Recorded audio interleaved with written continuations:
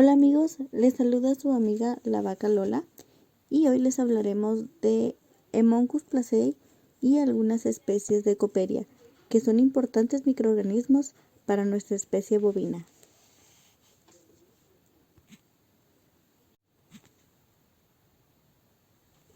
Primero que nada, les hablaremos de la importancia de la especie animal de producción.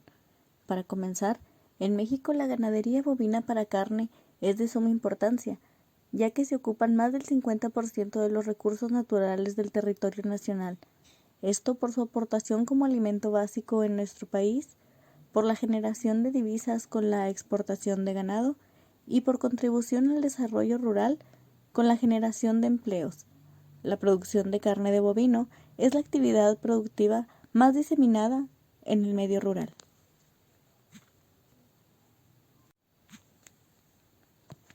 La composición química de la carne es rica en proteína y grasa, pobre en hidratos de carbono.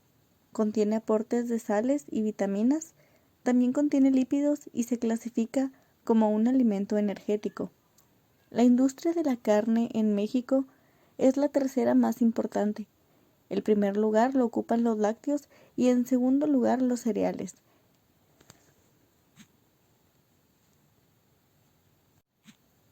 Ahora les hablaré del impacto económico y de salud de la parasitosis sobre la especie y sobre los humanos.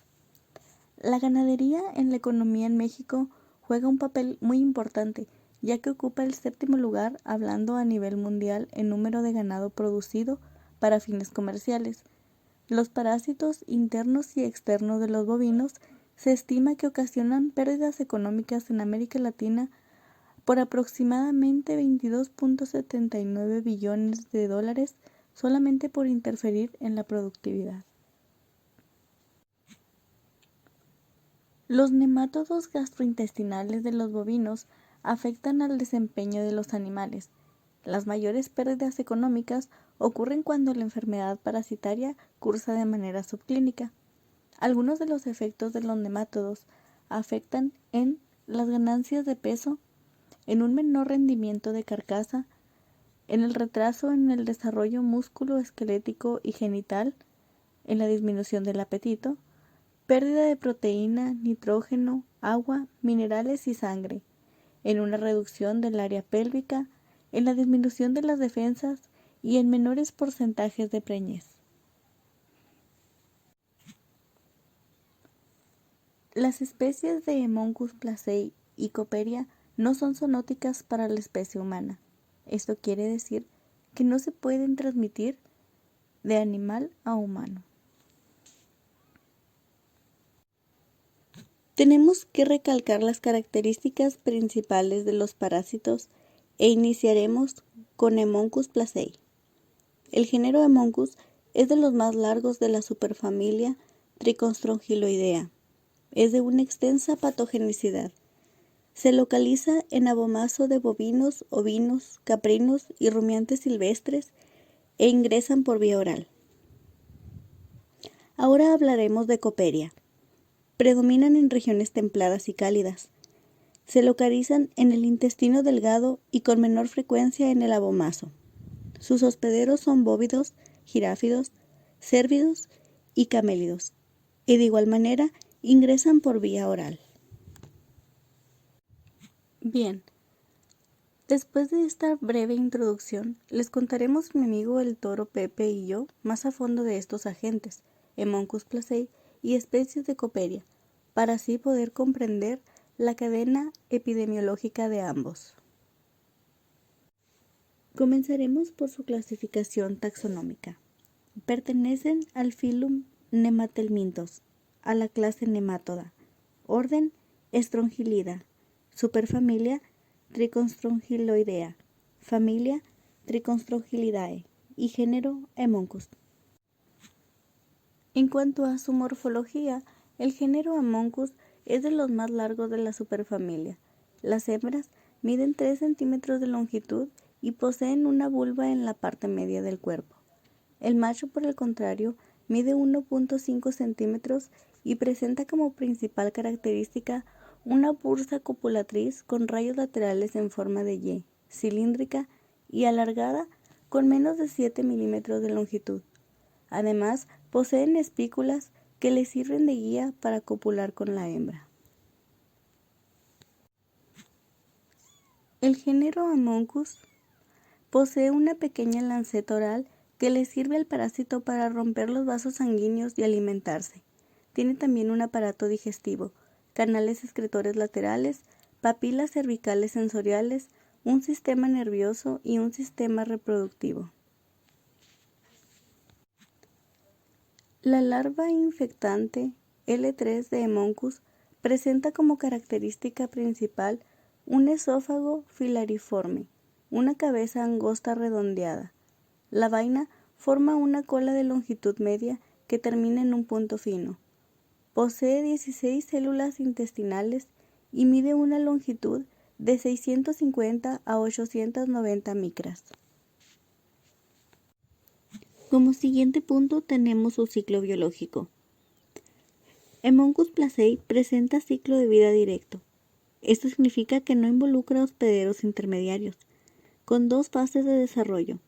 La primera, no parasítica o exógena, desde huevo hasta la larva del tercer estadio, L3.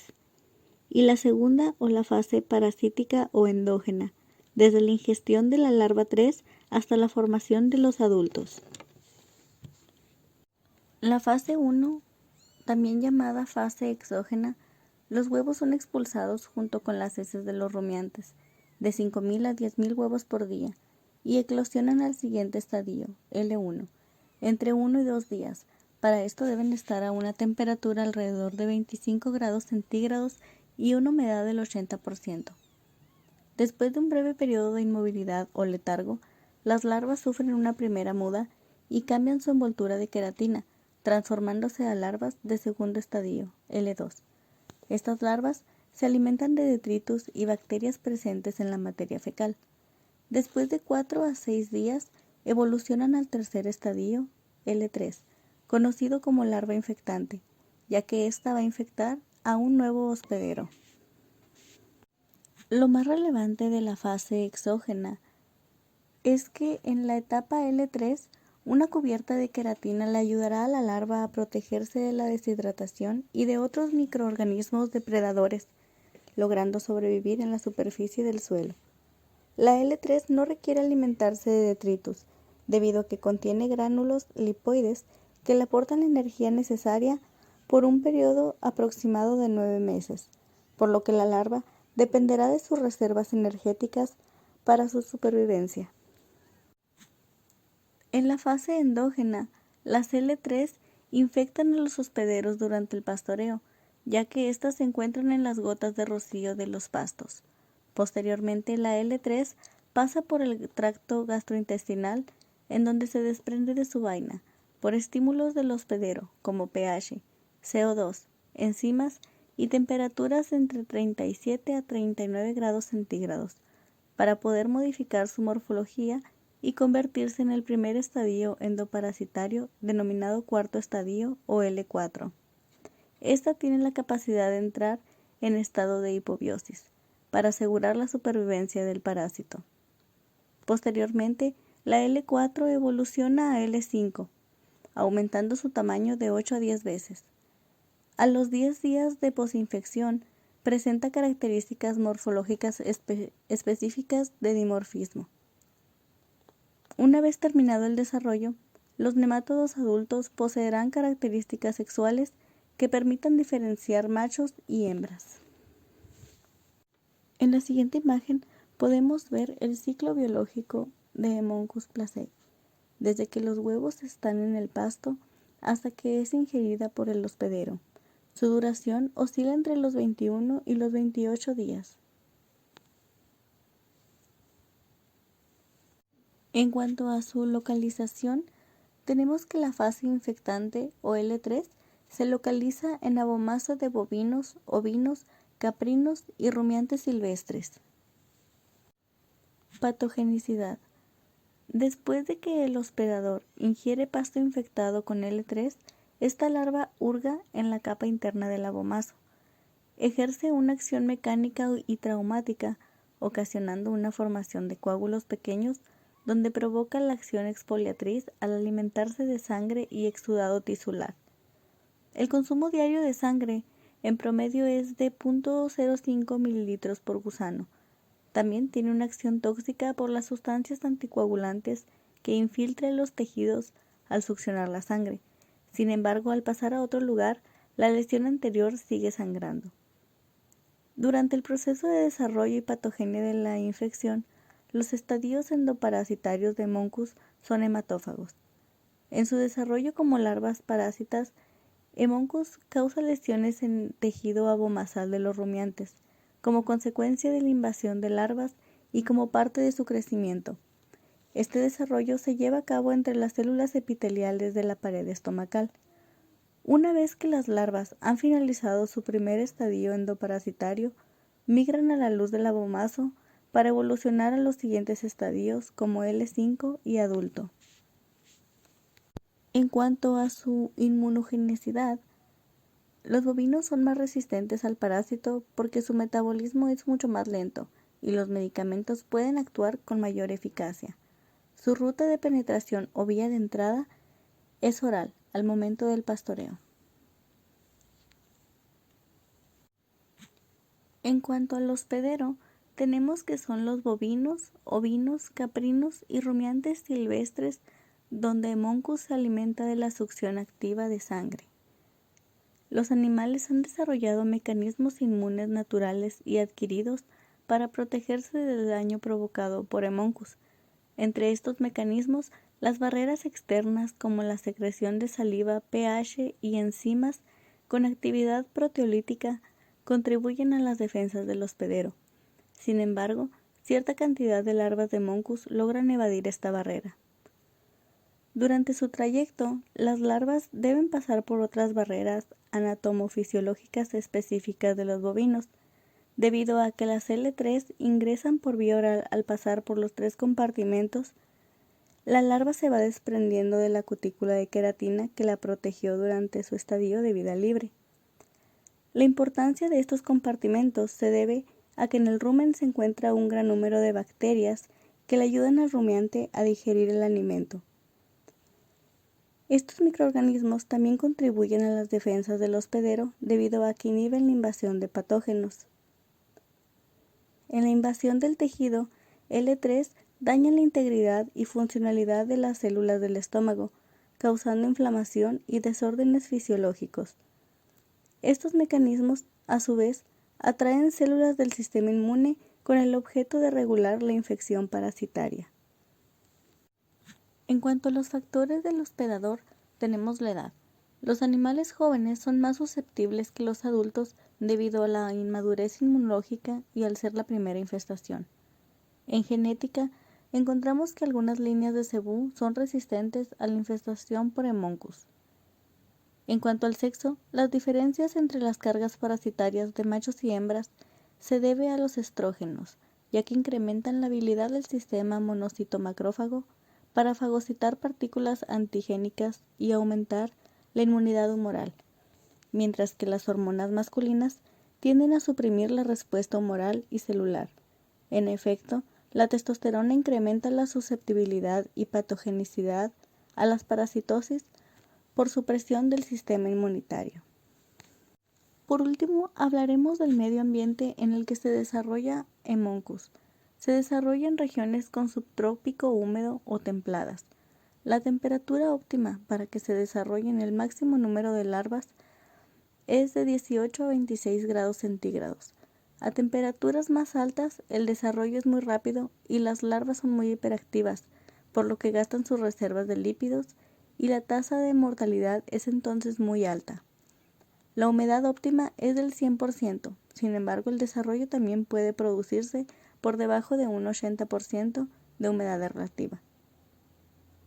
En tiempo seco, donde la humedad ambiente es baja, el microclima en las heces o la superficie del suelo puede ser lo bastante húmedo como para permitir el desarrollo larvario, aunque la desecación es generalmente considerada como el factor más letal para la supervivencia de las larvas.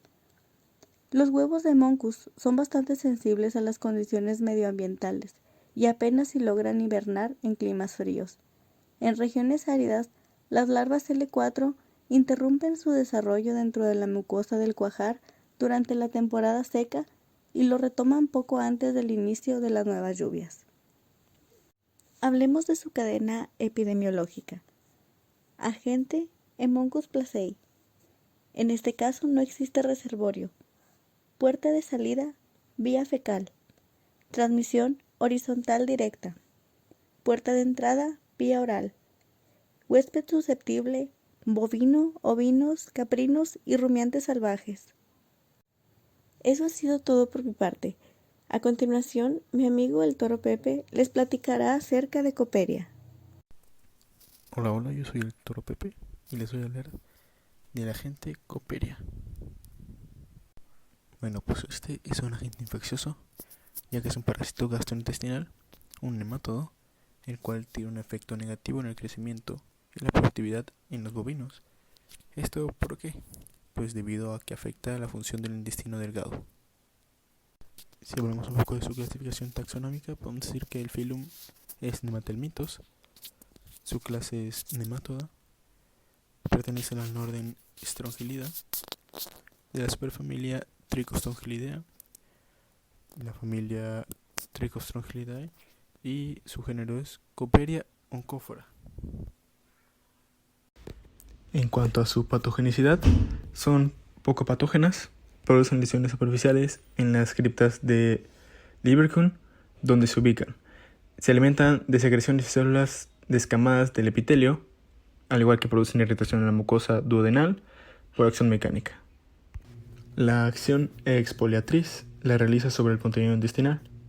Es por eso que permanecen las vellosidades intestinales sin penetrar la mucosa intestinal. Las glándulas parasitarias de la mucosa gástrica son destruidas. El pH del abomaso aumenta, impidiendo la activación del pepsinógeno en pepsina. Este pepsinógeno aparece en plasma, las uniones de las células epiteliales se rompen y aumenta la permeabilidad de la mucosa. Eso producirá una pérdida de proteínas plasmáticas y polvominemia. Las larvas ejercen acción traumática al penetrar en la mucosa.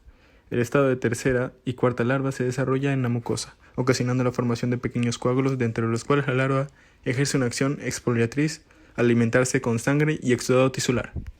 Paralelamente a esta acción, la larva ejerce una acción mecánica por la presión en las células circunvecinas y la obstrucción. Durante este periodo ejerce una acción antigénica debido a la muda, al líquido y a secreciones y excreciones que en algunos casos necrosan al tejido circunvecino y otros provocan una respuesta inmune local y humoral. La porción proximal del intestino delgado presenta congestión marcada de la mucosa con pequeñas hemorragias, presentándose así una necrosis superficial fina a modo de que encaje, siendo responsable de pérdida de peso y baja productividad. En cuanto a su morfología, el parásito adulto mide entre 4 a 8 milímetros y los huevecillos de este miden entre 77 por 34 micras. Tiene la característica principal de poseer una pequeña vesícula cefálica y las estrias transversales de la cutícula en la región esofágica. Las espículas normalmente tienen una expansión en forma de ala en la región media y en ocasiones presentan crestas. No poseen gubernáculo. La vulva presenta una pequeña solapa y un extremo posterior afilado y largo. La cola termina abruptamente en un punto o en un filamento mediano, el cual mide aproximadamente entre 30 y 60 micras. También tienen cuerpos refractarios en la cabeza, similares a dos ojos. Hablando de su ciclo biológico, el ciclo es directo. Los huevos se excretan por las heces, los cuales se encuentran en estado de mórula. Tanto la temperatura, humedad y oxígeno son requeridos para su desarrollo de larva 1 dentro del huevo. El desarrollo del huevo a larva infecciosa dura entre 4 a 6 días. Las larvas eclosionan del huevo, se alimentan de bacterias y se desarrollan a larvas 2. Ya madura, está muda la epidermis. Sin embargo, en esta segunda eidisis, la epidermis no se desecha, sino que permanece como una envoltura alrededor de la tercera larva, que se ve separada por ella de su alrededor y por lo tanto no puede alimentarse. Esta no se desarrollará a menos que sea ingerida por un nuevo huésped. La primera larva y la segunda no pueden infestar a un nuevo huésped, y si son ingeridas por algún animal, serán digeridas. En condiciones óptimas se forman larvas 3 en un aproximado de 5 a 14 días, aunque en condiciones naturales este puede alargarse de 3 a 7 meses.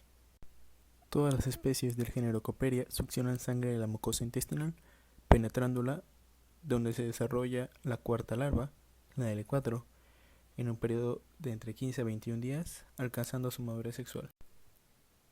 Y se preguntarán, ¿en qué tipo de medio ambiente viven? Pues estas predominan en regiones templadas y cálidas, ya que tienen la facultad de adaptarse a diversas condiciones de humedad, temperatura, precipitaciones pluviales, luminosidad y tipos de pasto destinados principalmente para el pastoreo de ganado. Las larvas de este pasan gran parte de su ciclo biológico en el exterior, dependiendo de las condiciones ambientales para su supervivencia. Podemos encontrarlas ya sea en el excremento conteniendo los huevos de estos nemátodos, en los pastos y su fase preparasítica, que es la larva 1, larva 2 y larva 3, la cual es la fase infectante y que encontramos normalmente en los potreros.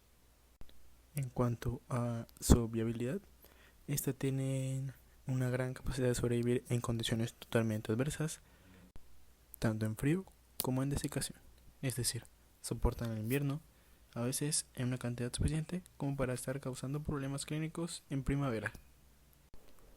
Entre los principales hospederos susceptibles a este agente se encuentran los bóvidos, giráfidos, cérvidos y camélidos. De igual manera se encuentran los rumiantes domésticos, entre los cuales los bovinos tienen una receptividad mayor en comparación a los ovinos y caprinos.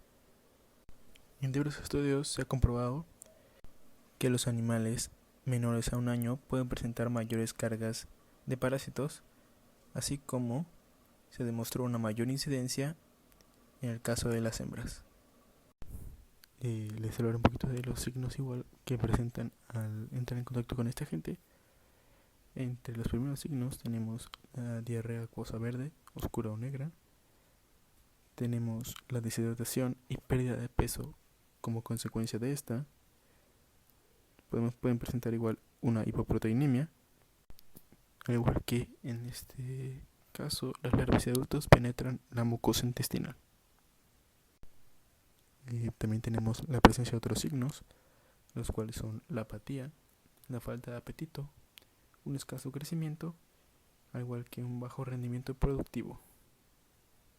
La cadena epidemiológica de la Coperia spp es el agente Coperia spp. Tipos de reservorio no tiene ninguno. La puerta de salida de este es anal. El vehículo de salida es por vía de las heces fecales. El método de transmisión es fecal-oral. Y la puerta de entrada es por vía oral. Y bueno, chicos, esto ha sido todo. Espero que hayan podido entender y aprender un poco más de la Coperia spp. Yo soy su amigo el Toro Pepe y nos vemos. Espero que la información que mi amigo el Toro Pepe y yo te brindamos te sea de utilidad para que puedas identificar no solo el agente, sino todos los factores que contribuyen en una enfermedad parasitaria, en este caso, Hemoncus y Coperia. Por nuestra parte, sería todo.